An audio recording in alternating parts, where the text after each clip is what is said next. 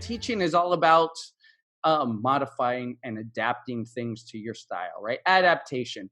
You have to adapt in classes when teens are kind of going crazy. You have to adapt when teens are being sleepy and tired. And you have to adapt when kids are going to be kids, right? You have something planned. You have 8, 9 activities planned. Maybe you'll get through 4 of them. Maybe you think that the kids will love it and they'll get into it. They don't. And maybe you've gone through all of your activities and you still have 15 minutes, right? Adaptation. It's something that it's a continual process. But once you do it, once you learn really how to adapt, right? You can include it. It helps you in all areas of life because life is about adaptation, right? Everything's so random. I could get a text message here today, but I did put my phone on silence today. So we do have that.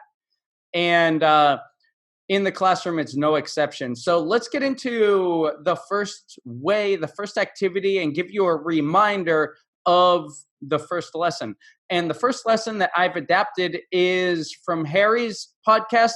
He shared about City Race. And in case you want a refresher, in case you don't know about City Race, I'll just put that right up here and let you check that out when you want. But City Race, it's essentially to build vocabulary. You can also build sentences and anything you want with it. Take it anywhere your students need. But essentially, he loved capital cities, he said. So he tries to incorporate what he loves into the class. That's beautiful. That's why he's a top professional. And so he wrote a capital city. He elicited capital cities, which I did to my classes, elicited capital cities. They'll come up with some crazy capitals, right? So you write them on the board. Then you choose one and then you write it vertically. And you have the students do that in their papers, in pairs or in groups.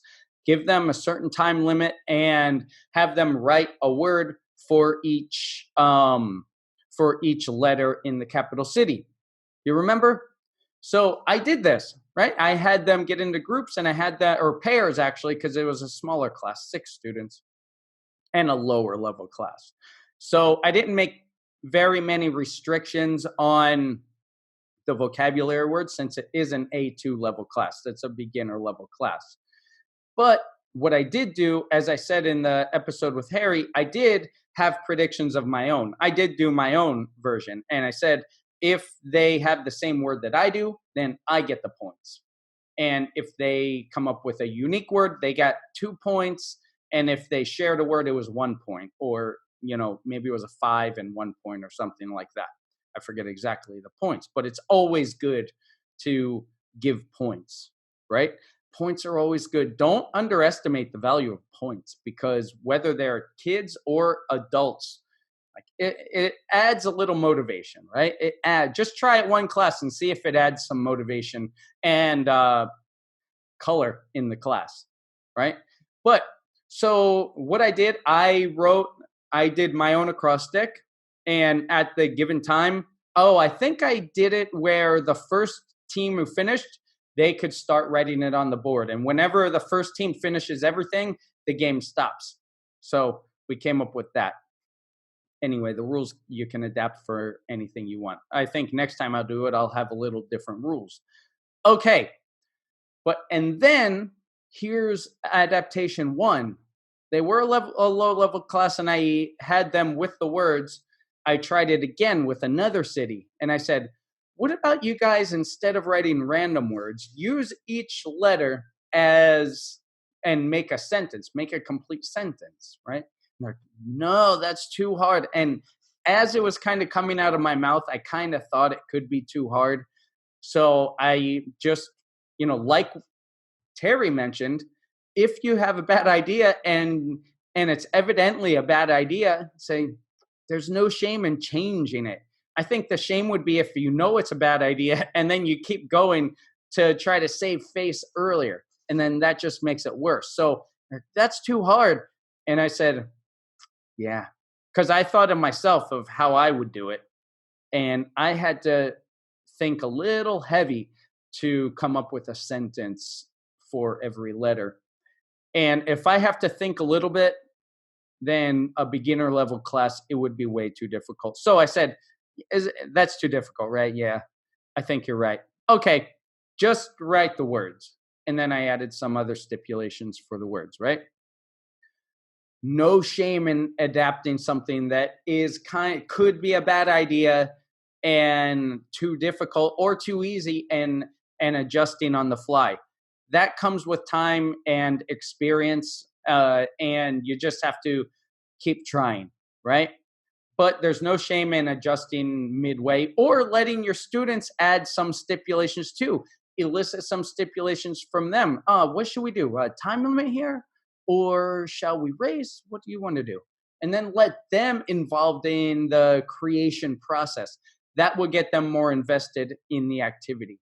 Okay, adaptation 2, which I just started yesterday. It's going to end up being 2 classes worth, but since it's Halloween time, I changed it from city race to Halloween race, right?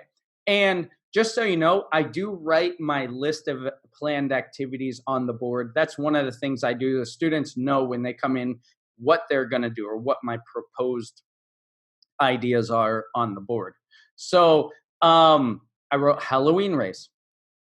So what we did yesterday, I had them in groups brainstorm. I gave them 5 minutes, and you can give them whatever time you feel is appropriate for your classes. But I gave them 5 minutes to brainstorm as many Halloween related words as they knew, right? And when you do this sort of thing, they think at first, oh, I only know like 2 or 3.